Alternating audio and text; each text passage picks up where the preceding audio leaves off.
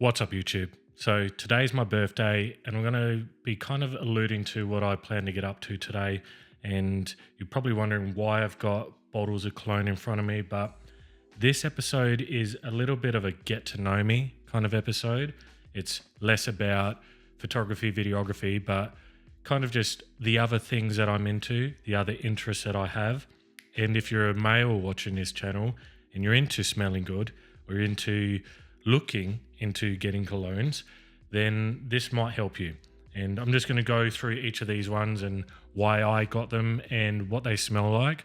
But also, if you're a female watching this channel and you want your man to smell good or your partner to smell good, then it might give you some ideas as well. So like I said, today's less about camera gear and more about me, who I am. So I also want to plug some things I've been doing or have done in the past. So if you're interested into getting to know more about me and, you know, my journey and my life and just kind of help you like relate to me apart from just being the shy camera guy. That's why I named this channel Benny McKinnon, because it's about me and it's about my interests, my ventures, and hopefully you find something interesting and useful from it. But as it's my birthday today, I got one of these colognes for myself, and that's kind of why I've got it on the table. I'm excited to spray it, smell it, and give you an idea of what it is like. And if you find that it's interesting for you or you find that it's something you want to get, I'll put some links in the description below so you can check them out and see what the prices are and what the ratings are as well. So the cologne that I use most often, more often than not, my signature scent, has been this Versace Dylan Blue. Now, if you're into any cologne TikToks or cologne YouTube channels, you would have probably heard this one mentioned a lot.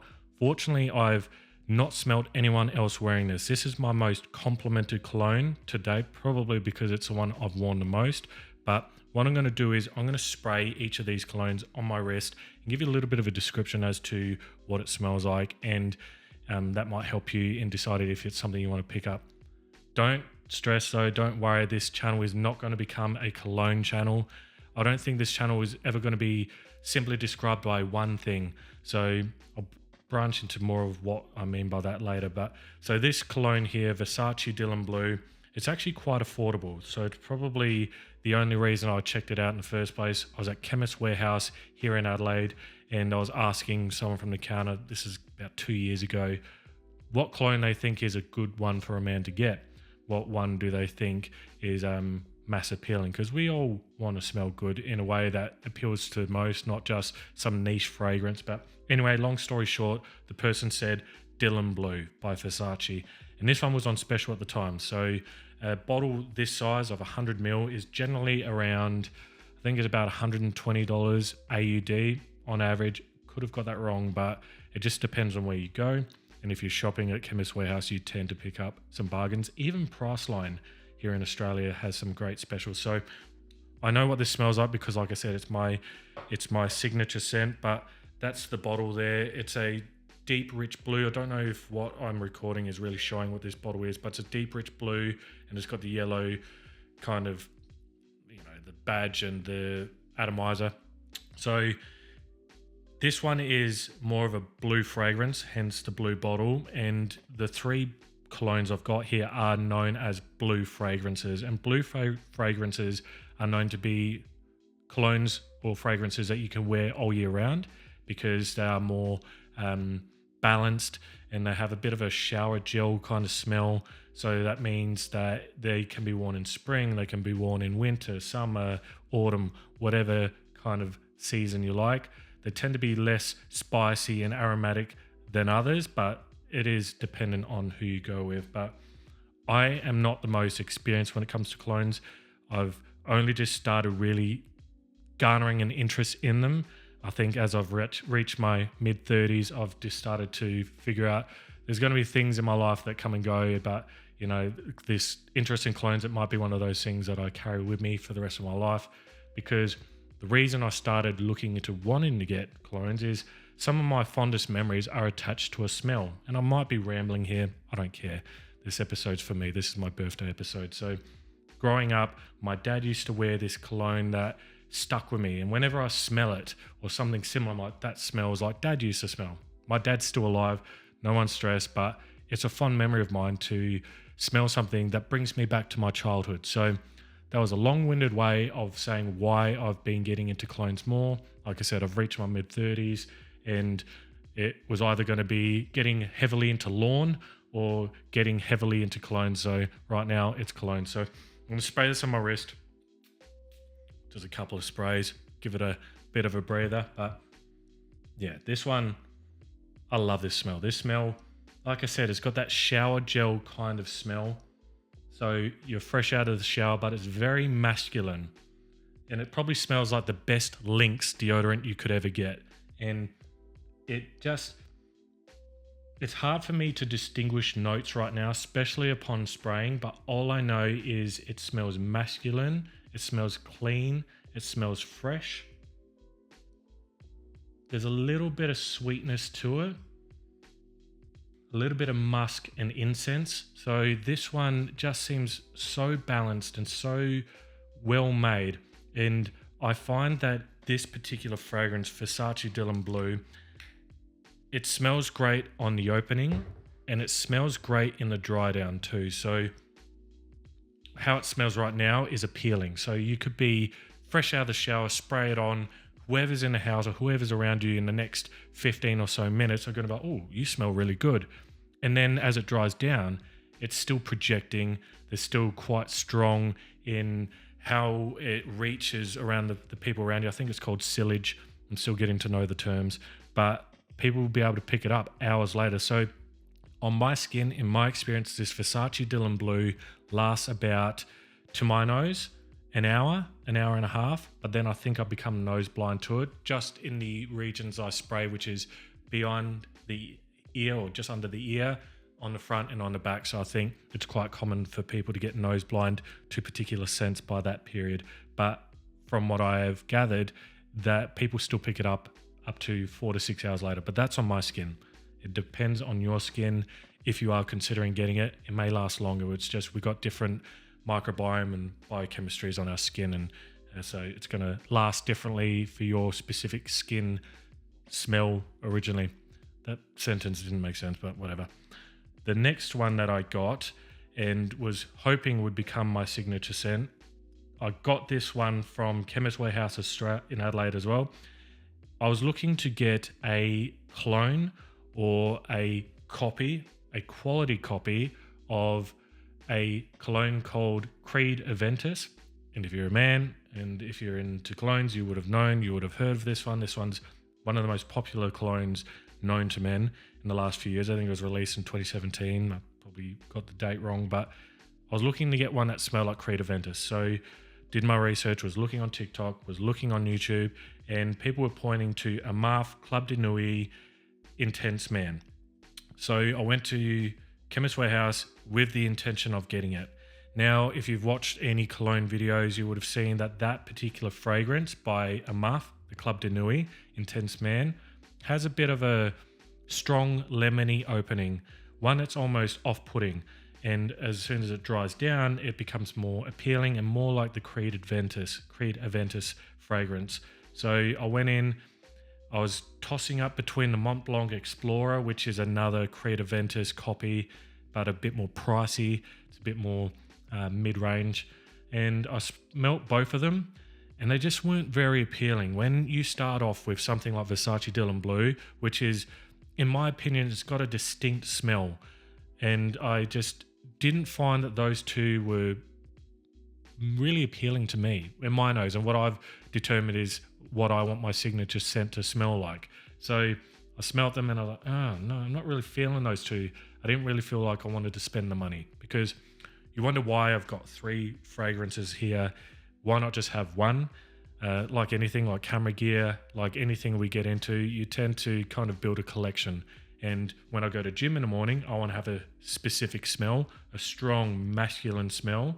And then when I go to work, I want to have a bit more of a businessy, professional smell that could be like not overbearing in an office scenario. I don't work in an office, but so I wanted to get 2 fragrances, one for each of those occasions, but I wanted to mix it up, so hence getting a 3rd one. Anyway, rambling on here. So I went in, smelled that Club de Nuit Intense Man, and it did smell okay. It wasn't off-putting, that lemon opening, but so it just isn't grabbing me. The security guard was there, and he just keep an eye out. That's what they do at the Chemist Warehouse, because you get a few dodgy people in specific Chemist Warehouses around Adelaide, depending on where you go. So he was just keeping an eye on me, covered in tattoos, don't blame him. But he comes over and he says, "Oh, what did you think? What did you think of the Club de Nuit Intense Man?" It's not really grabbing me. He's like, "Yeah, I got that particular fragrance, and my partner," I'm speaking, this is what he said. He said his partner did not like how it smelt on him and told him to throw it out. And he ended up getting this particular one, the Club de Nuit Iconic, and she loved it. And he got heaps of compliments from it while he wore it at his job at Chemist Warehouse. So I was like, I'm intrigued. So I had a smell of this bottle. Upon opening, and I'm going to spray it now so I can describe it to you, because it is quite different and it is quite conflicting to my nose. So initially, upon smelling it, when I tested it there, I was like, that smells good. But there's a difference between the opening and the dry down. So I'm just going to give it one, because these Club de Nuit are very strong with projection. I can smell that now. I don't even have to put my nose up to it. But so this one has a bit more of a soapy smell. So it's like a fresh, you've just used a quality soap on your body, and it's still got that masculine scent. So this one's a bit more spicy. It's still, like I said, that soapy, but it's spicy. It's got a bit of ginger in there. It's very aromatic. It almost smells like a Middle Eastern wedding. And this one kind of struck me when I smelt it. I'm like, it smells like a wedding I photographed a few months ago. And this was a Middle Eastern wedding. I can't remember their nationality because I was assisting at this wedding, but it was a lot of Middle Eastern people. So it was a very strong scent in the air because I was at the getting ready location with all the guys, and there was a strong scent. And I'll get to what that scent is soon, but look, it is quite masculine, a bit fruity, a bit sweet, but it's definitely a strong, nice fragrance, almost one that you could wear to a wedding and people pick up on it because it is so distinct and it is so strong. Like I said, I didn't have to really bring my arm up to my nose to smell it. It really projects in the air around me. But this one dries down to a bit more of a incense, musky, with feminine notes to my nose. I don't think it is feminine. I haven't had as many compliments as I would have hoped with this one. I only got this one probably 3-4 weeks ago, but I've worn it around my partner. She hasn't said anything, so don't know if that's a good thing or a bad thing.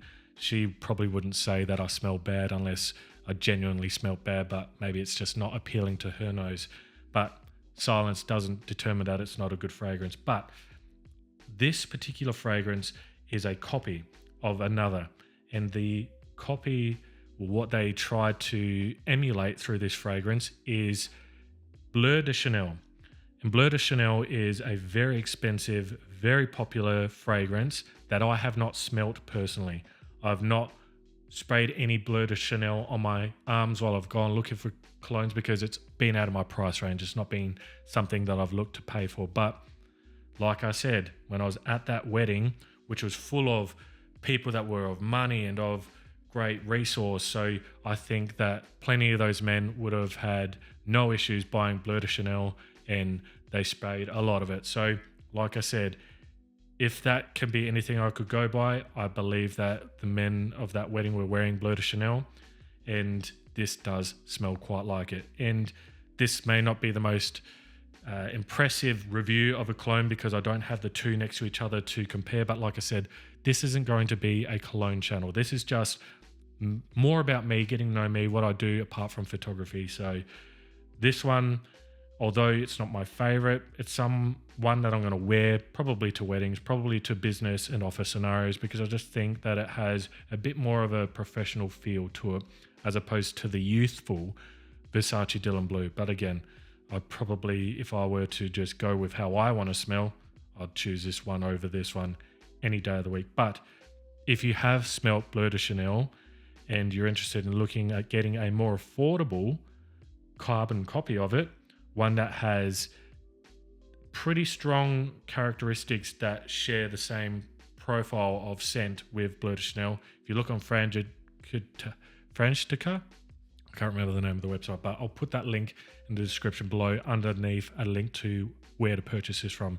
So I paid $60 Australian from Chemist Warehouse, and this was on special. I think it used to be, or is on average, about $89.99, and I paid $69.99, I think, or it might have been $59.99.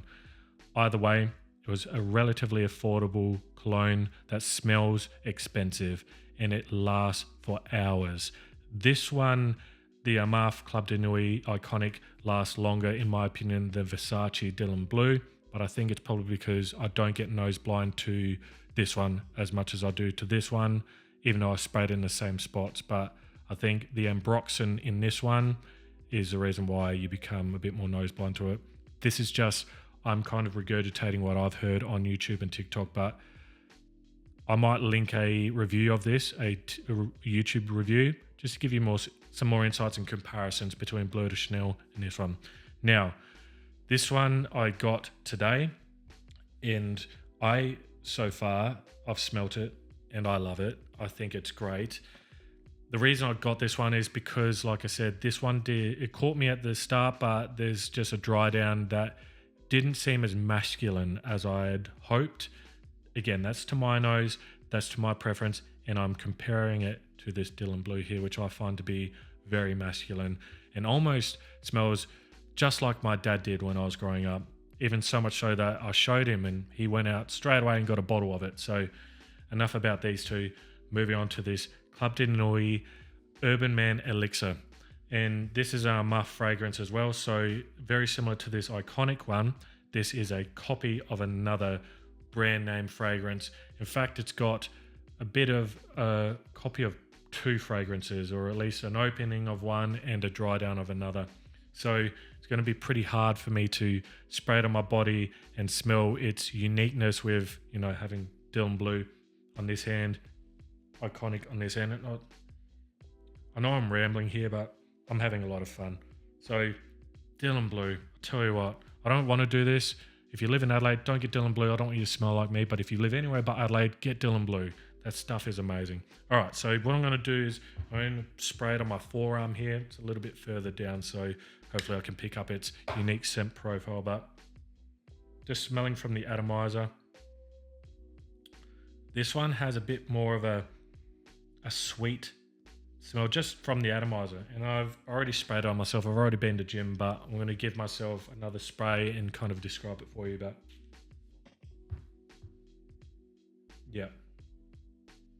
So this one has a bit of a pineapple opening. So it's quite sweet. But when I say sweet, it still seems masculine. It kind of smells like one of those candles. If you go to a niche candle place like Three Wishes, or I don't really know the other names of the candle places, but if you go into a candle place and you pick up this particular fragrance one and it just smells like a nice cologne, nice manly cologne, this is what this is giving me. So like I said, that pineapple opening, but with a bit of spice in there as well. So it's sweet and it's spicy, but still masculine somehow. And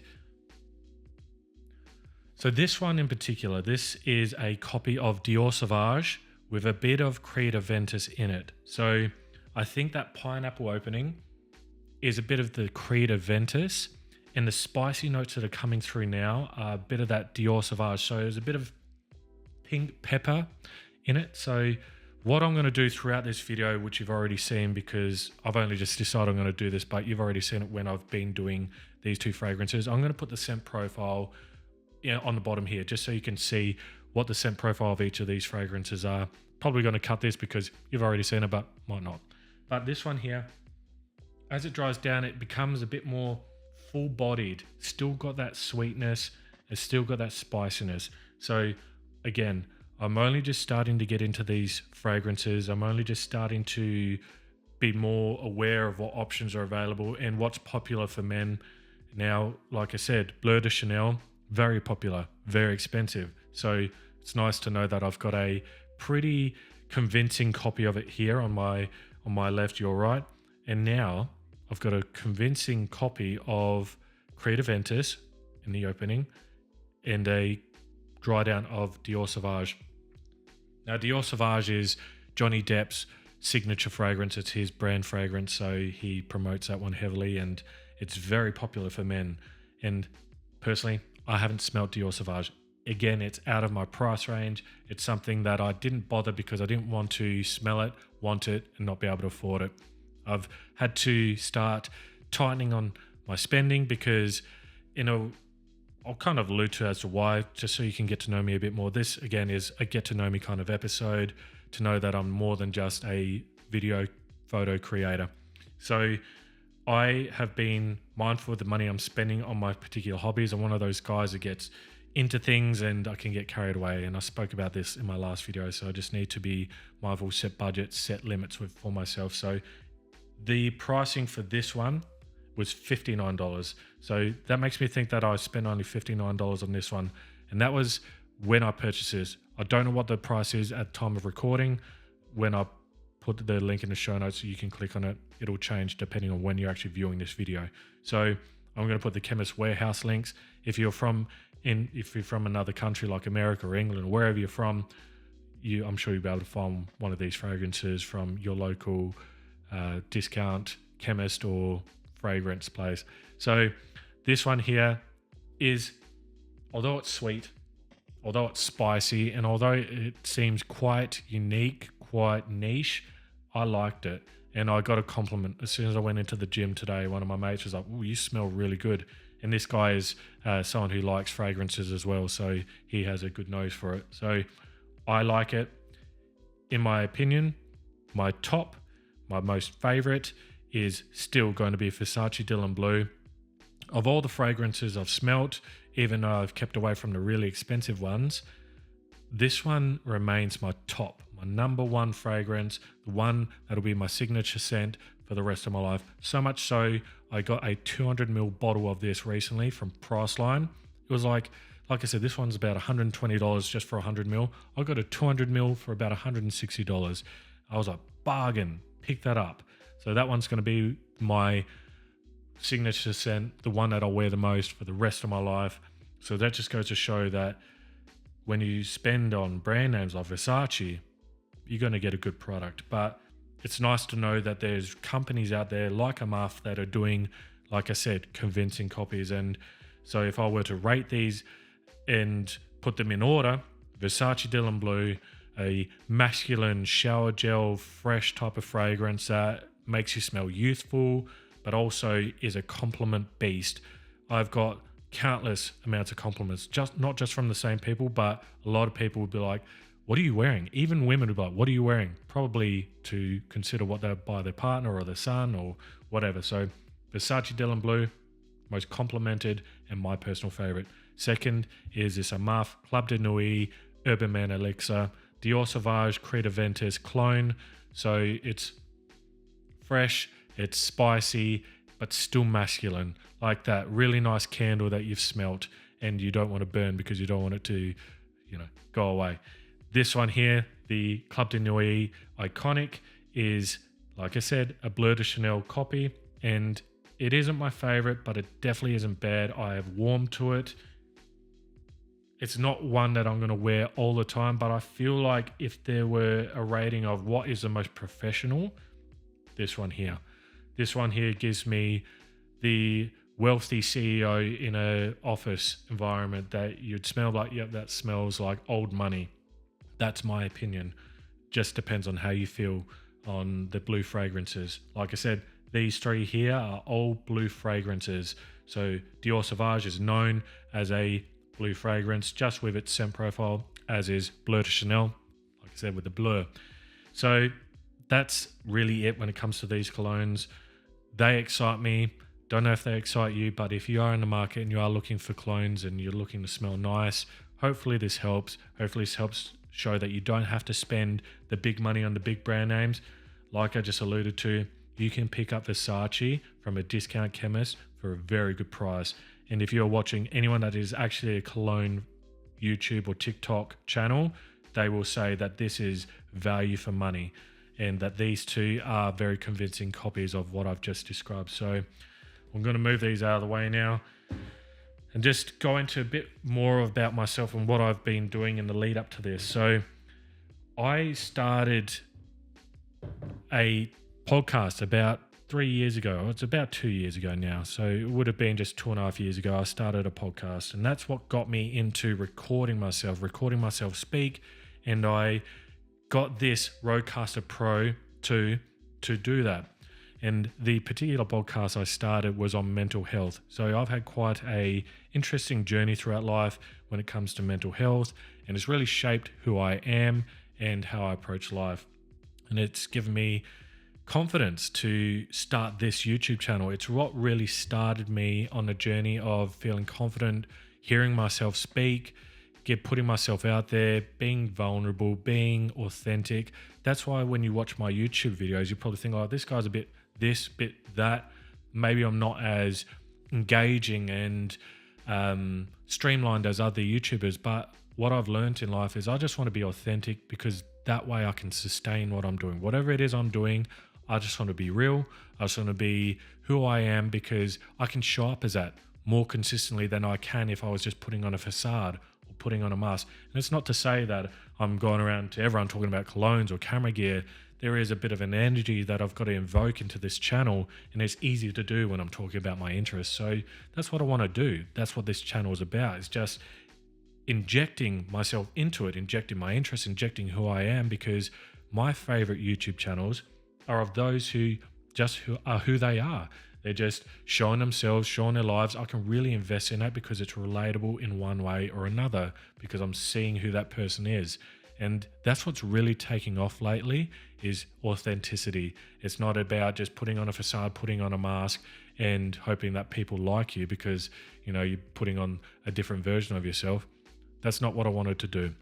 So you're probably wondering, am I still doing the podcast? Why is this channel not a podcast? Or why is it not a mental health podcast? Why I haven't mentioned it until, I don't know if this is my 14th video or 15th video, but I didn't really want to talk about it at the time because I was still processing what I'm going to do with it. So long story short, I've decided to put that on ice for now. So the podcast, the mental health podcast, is on ice because that was helping me through a certain period of my life, which I won't get into. If you want to know more about my journey with mental health and with things that have challenged me and forced me to turn inside, look inside, and work on myself, it's all there on my podcast. I'll put a link in the description below to the Spotify podcast, and it's on Apple Podcasts as well. So you can go whichever your streaming platform is, you'll be able to find it. So what I'll do is I'll just put both links there. Why not? So I don't think I'm going to continue that podcast, but that's not to say that's forever, just for this period of time. I'm finding more enjoyment, more excitement, doing things that are leaning more towards just not avoiding my mental health, but doing more of the things that help me flourish, help me to enjoy life more, focusing on positive things, shifting my perspective, and just enjoying my interests. Changing things like photography into a more enjoyable, more fun, more free experience where I can just create how I want to create, not for the sake of business, not for the sake of getting likes, comments, and subscribers. I'm just going to do what I do and enjoy it. And then the longer I do this for, eventually my crowd will find me and they'll enjoy what I'm doing. And if not, at least I'm having fun. That's one of the reasons why I put the podcast to sleep for now. I just wasn't having fun with it. It was heavy to face those topics, heavy to face those parts within myself, and heavy to have those conversations. It wasn't just a solo podcast. I did have guests on, and I did vary it quite a bit. I talked about sex. I talked about OnlyFans. I talked about jealousy. I talked about heartbreak. I talked about religion. I talked about so much. So I really got to explore so much with that podcast, and I'm happy I did it. It helped me to get more confidence in speaking, learn how to edit audio, and learn how to use specific programs through Adobe. So it's really been able to be carried over into this venture of my YouTube channel. So, but if you are interested, like I said, my last episode was in February of this year, and I may continue, I may not. If I do continue the podcast, it's very likely going to be a video format. But right now, all I'm doing is I'm having fun with this channel, and I'm going to inject a bit more of myself, hence why I'm doing this random episode. And this is just how I wanted to spend my birthday. I wanted to make a video and celebrate turning 34. So that's really a bit about me. Other aspects of what I'm into the gym, I'm into training, I'm into hormone replacement therapy. So I'll talk about a bit about that in my podcast as well. But what do I mean by hormone replacement therapy? In a nutshell, I have suffered from or experienced hypergonadism.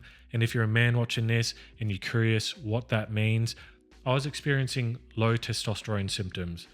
Low testosterone symptoms, in my subjective experience, have been low mood, anxiety, low drive, low sex drive, and a struggle to gain and maintain muscle mass, and just an overall feeling of apathy and just not feeling confident in myself. Now, that's just a few of the existential crises I've faced just for as long as I can remember.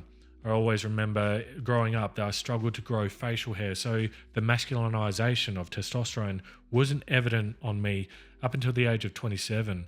I didn't look my age, I looked 19. So I really struggled with looking like a man. And unfortunately, in this day and age, it's, for some, one of the focuses, and probably why I've got into colognes. I want to be masculine, but I'm my version of masculine and smell nice, smell masculine, smell strong. And I've been in the gym since I was 17 years old, and I've competed naturally throughout my mid-20s, or throughout my 20s, I should say, until about mid to late 20s was my final natural competition. And then I was diagnosed with type 1 diabetes.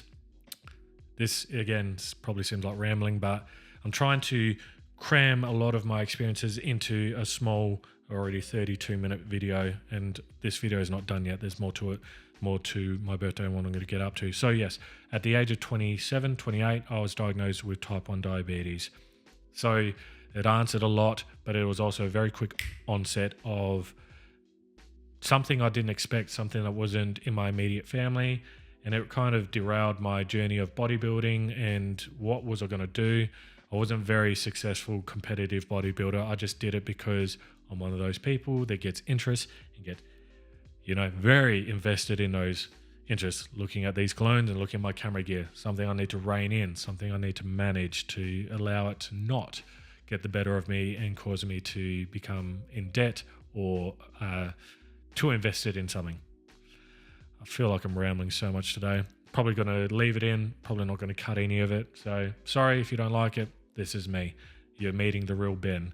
Not that you haven't in my latest videos, but this is me, a bit more animated, a bit more me, a bit more confident to show who I am. So I was diagnosed with type 1 diabetes, and being in hospital with that diagnosis on the edge of coma, I was in a bad way. I was researching and it said insulin, the most anabolic compound on earth. That in and of itself reassured me and made me feel better. I'm getting a whiff of myself. I smell really good. Kind of conflicting, but I smell good. Anyway, I was reassured by that.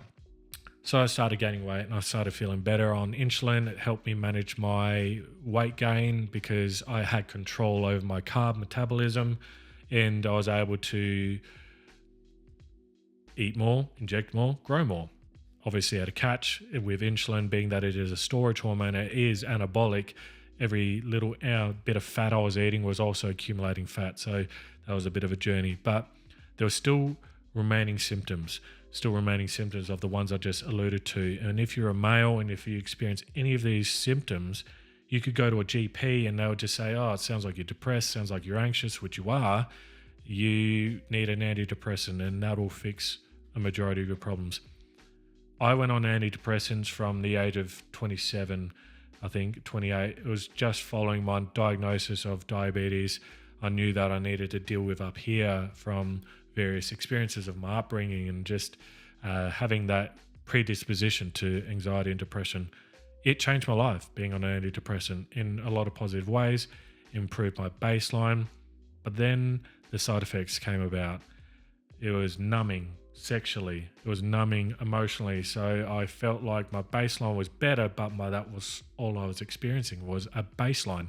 I wasn't getting the peaks and valleys that you would naturally get if you're allowing your hormones and your serotonin and dopamine to be naturally regulated within your system. So although the antidepressant helped me through a period, helped me to improve my baseline, it wasn't a cure-all. It was more of a get me to the next stage. And what was the next stage? I was testing my hormones, having been in a competitive bodybuilding background, and due to a choice and due to moral hindrances, I was like, I'm never touching steroids. I had this perceived idea of what they were and what they did to people, and I wanted nothing to do with them. I met enough roid raged filled blokes in the gym, working in gyms and running gyms, even being an area manager of a gym here in Adelaide. So I was put off. I was like, no, I'm never doing that. But long story short, tested my hormones. I say long story short, but I end up saying the long story long. But oh God, it's raining. Anyway, so I got my hormones tested and I realized that it was low. At that point in time in my life, I was like, oh no, they're low. That sucks. Spoke to my doctor. They weren't willing to do anything about it. It was low on the bottom end, towards the bottom end of the reference range at the time. But they're like, it doesn't seem like something we need to explore. So no, nothing was done about it. So they left that. I got tested again. Lo and behold, same numbers. I coached a friend into a competition and we got his levels checked because I knew it was important to check hormone levels, because in the world of bodybuilding, you want to have optimal hormones. Testosterone helps build muscles. Testosterone makes hard things feel good. So it helps with motivation and drive in the gym, etc., etc., etc. So his levels were double mine, at least. And he was younger, and I was just like, oh, when doing more research, I'm like, that's normal. Where he is at for his age, especially, that's where it should be. And mine is not even half of that. So I was like, I need to do something about this. Spoke with the doctor again. No assistance. It was still being on an antidepressant, still having sexual dysfunction, still unable to deal with the feelings of depression and anxiety that still remained. It didn't cure them. It didn't get rid of them. Kind of just made me more numb and less able to handle day to day as a natural human would. I use the word natural, but I guess it was just influenced by the serotonin reuptake inhibitor, which I was on, the SSRI. So I looked into getting on TRT, and at that period of time, there was no clinics available. This is 2021, so 3 years ago. And I was looking at there was no options to get on TRT. So what I did is the wrong way, and I looked to self-diagnose, self-treat. And it did a lot for me, and it did help me a lot, but I had to learn a lot of the hard way. Me being me, I did a lot of research and I learned how to and how not to, but still, when you choose to do things a certain way, it can only go one of two ways. It can either be good enough or dodgy. I'm not going to really get into that, but all I know is it was an important change for me to make, but at that time there was limited options and limited resources available to me. So I had to deal with trial and error. Anyway, long story short again, I keep saying that, but I'm not doing that. I finally was able to arrive at a place where I was able to be prescribed testosterone. So if you're still here, if you're still tuning in, if you've got me, put me on 2 times speed just so you can listen to me ramble and it's not something that's dragging on for you like it is for me as I talk about this stuff. But I have been able to find a clinic that has prescribed testosterone for me and has been life-changing. I'm not on an antidepressant. I'm able to start gaining muscle and I'm able to start developing healthier habits in my life, because with the inclusion of healthy optimal hormones, your drive comes back, your disciplines are fortified because you're doing this thing, so you may as well enhance the return on it. So I'm going to put down below the link to the clinic to check out if you are interested. If you have a partner that sounds like they're experiencing what I'm experiencing, it's something to at least look into. I'm not here to sell fragrances, I'm not here to sell camera gear, and I'm not here to sell TRT. All I'm doing is giving an insight into my journey, my experiences, and maybe, just maybe, it's going to benefit you in one way or another.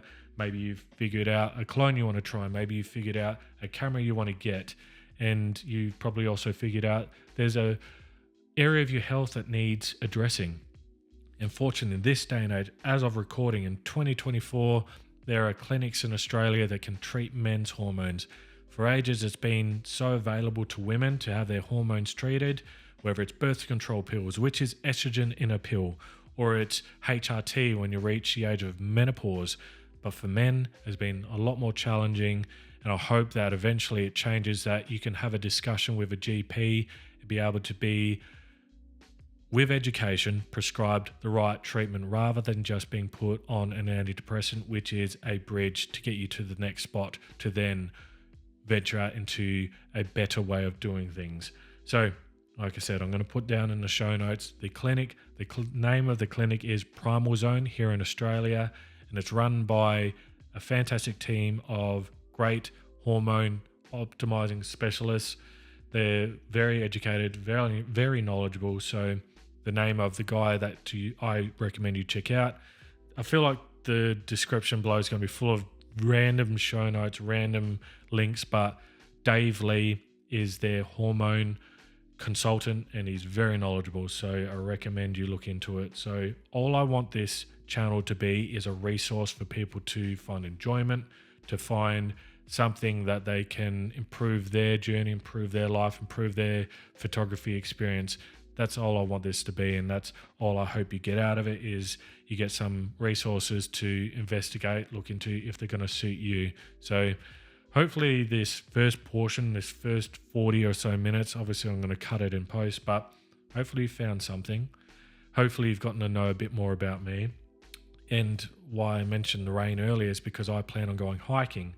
Every year on my birthday, I take the day off work and I go off and I do whatever I feel like doing. And this morning I've gone to gym. Today I'm going to spend the rest of the day going hiking. I'm going to go to Waterfall Gully, which is in Adelaide. I'm going to bring my ZV-E1. I'm going to do a bit of vlogging with that, which you're going to see after this portion of this video. Just me showing you the different spots. It's obviously not going to be the entire hike because it is quite a long one and you'll just see me dying, and I don't think you want to see that. So then I'm going to go to a restaurant in Adelaide called Genghis Khan. It's a Mongolian restaurant near Newton. So if you do live in Adelaide, or if you're visiting Adelaide, and if you're into all-you-can-eat Mongolian food, and to describe what all-you-can-eat Mongolian food looks like, you go up with this little metal bowl, you get your meat, you get your veggies, you get your different condiments and sauces and oils, then you go over to this fire pit and you hand it to the person. They throw it on, they cook it, and it makes this delicious concoction of meat and veggies with a bit of garlic and onion. They pass it to you, you go off, you eat, you keep coming back until you are full. And it's about $30 per head. It is amazing. I love it so much. A lot of plugging, and I'm going to probably put a link to that place as well today, because why not? If you've watched this far, you need to get something out of it, so at least you'll find those clones, you'll find the ZV-E1, and you'll find the restaurant and the Primal Zone Hormone Optimization Clinic down in the description below. If you have enjoyed this, if you have enjoyed what I've been showing you so far, please like, subscribe, comment down below. If this annoys you, move on. Don't be one of those people that if you don't like something, you need to tell them. Be like me. If you don't like it, move on with it. Don't spend time spreading hate. I've received none of it, but I understand that the more I do this, the more it's going to come. But just don't waste your time, because I'll just delete your comment anyway. I don't have time for that kind of negativity. So if you have enjoyed this, please let me know. I have got time for that. I will respond to my comments, and I will be grateful for those that are encouraging me on this journey. So this is me. This is who I am. This is probably the best version of me, the more animated, excited version that shows you his toys and shows you his interests. I just think that I start to really blossom into myself when I'm able to express this stuff and express who I am. And I hope that you find some use with my podcast down below. And if you're going through a breakup or heartbreak or those things, there are resources in the show notes of the podcast as well. But hopefully the discussions I have with guests and the solo episodes give you some perspective, if that's something you can grab from that. So a lot of plugging today, a lot about who I am, and hopefully it's giving you an insight, and maybe it's made you a little bit more invested in my journey and what this channel will become, what it will develop into. I'm not done. I'm excited to continue this channel, but just to do things my way. And if that means introducing colognes and a mental health podcast into my camera gear review episodes, then so be it. I really appreciate if you've watched this entire video, and I appreciate you spending time getting to know me, and comment down below if you've got your own channel and I'll check it out, and hopefully we can enjoy each other's content. But until the next one, I am the shy camera guy. I am the guy who loves colognes. I'm the guy who is interested in mental health. I am the TRT guy as well. I am a multifaceted being that has many interests. So hopefully you can find some use with that information today. I'll see you in my next video, guys. Have a great one. Get out and shoot. Even if you feel like you're no good at it, one day you'll get better at it. That's all we can do. Keep plugging away. Keep doing what we love. And one day someone will be able to enjoy it just as much as we do by watching our journey and our experiences. Thanks, guys. See you in the next video. Cheers.